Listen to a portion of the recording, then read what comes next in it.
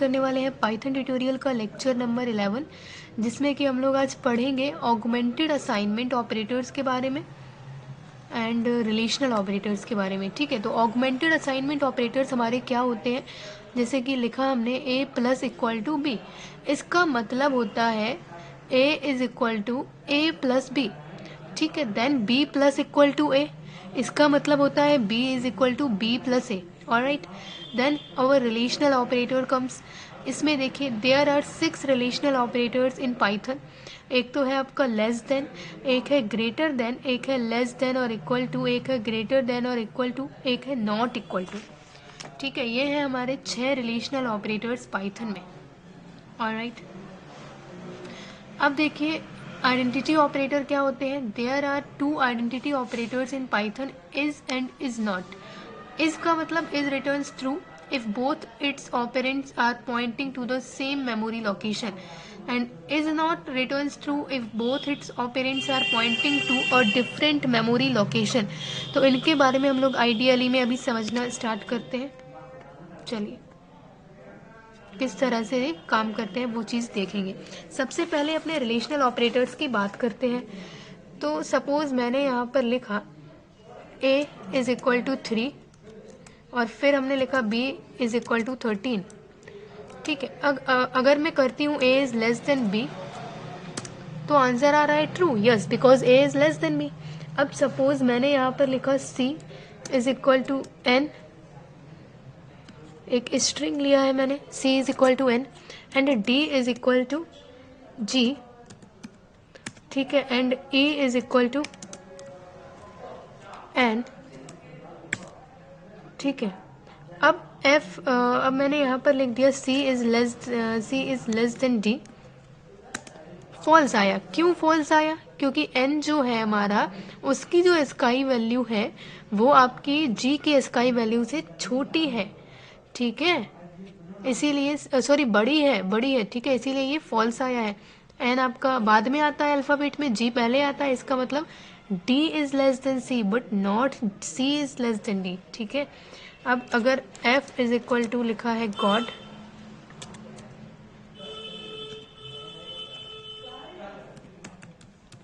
And g is equal to लिखा है मैंने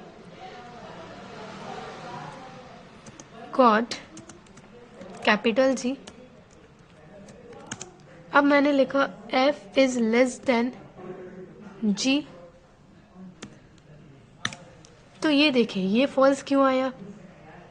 f आपका क्या है? Small g o d। ठीक है, अब ये स्ट्रिंग है तो इनका ये पहला ही करेक्टर कंपेयर होगा केवल। ठीक है, ये दो आपका जो स्टार्टिंग का करेक्टर है केवल वही कंपेरिजन में लिए जाएंगे। तो यहाँ पर है स्मॉल g एंड यहाँ पर है आपका कैपिटल G। तो कैपिटल G आपका क्या स्मॉल g से छोटा होगा या बड़ा होगा? कैपिटल G स्मॉल g से छोटा होगा या बड़ा होगा? कैपिटल G जो होगा वो आपका स्मॉल g से एब्सोल्यूटली बड़ा होगा।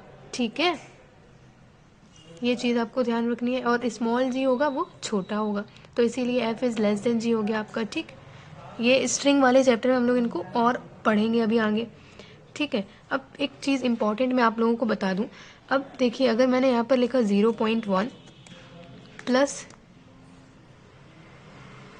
0.1 दैन प्लस 0.1 प्लस 0.1, आंसर आ रहा है 0.300004। ठीक है, इस तरह का आंसर आ रहा है। और अगर अब मैंने लिखा यहाँ पे 0.1 plus 0.1 plus 0.1 double equal to 0.3, तो यहाँ पर आंसर आ रहा है फॉल्स। राइट, यहाँ पर आंसर आ रहा है फॉल्स, क्योंकि ये इसका जो वैल्यू है वो इतना बड़ा लंबा सा वैल्यू है, 0.3 के बराबर नहीं है, इस वजह से आंसर आ रहा है फॉल्स। तो ये चीज़ एक आपको नोटिस करने वाली है, इसको ध्यान से समझिएगा।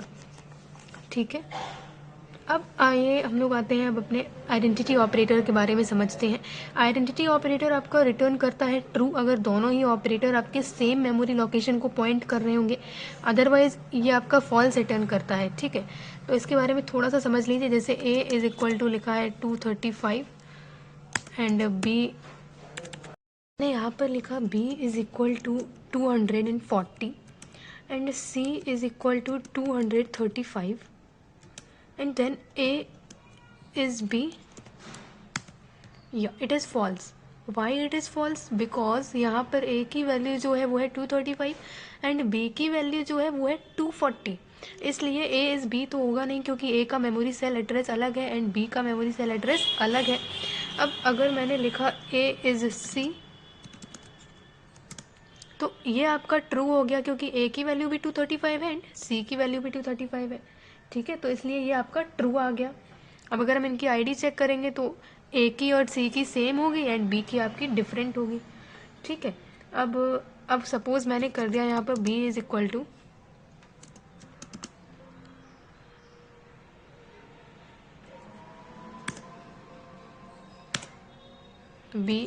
टू मैंने लिख दिया यहाँ पर b -5।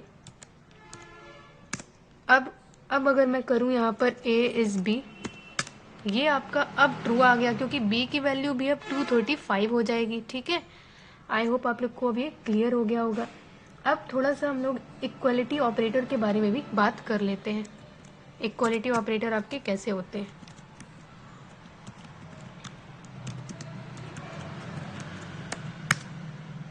यहाँ पर देखिए, सपोज मैंने यहाँ पर लिखा प्रिंट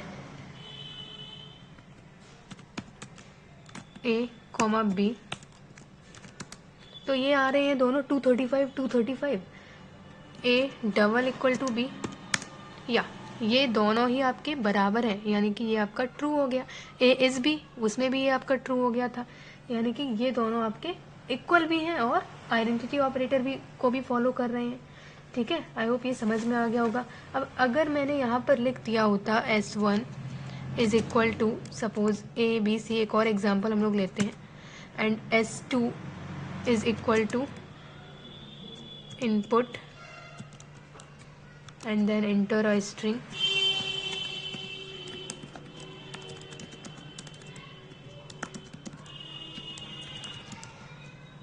ठीक। अब मैंने यहाँ पर स्ट्रिंग जो है वो एंटर कर दी ABC, इसके बाद मैंने डाला S1 double equal to S2, तो ये आपका फॉल्स आ गया। कैसे फॉल्स आ गया S1 double equal to S2?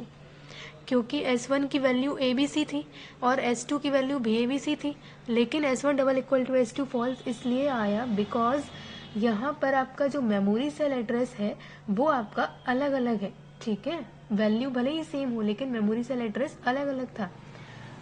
ठीक है, समझ में आ गया होगा आई थिंक आप लोग को। अगर मैंने लिखा S1 देन S1 इज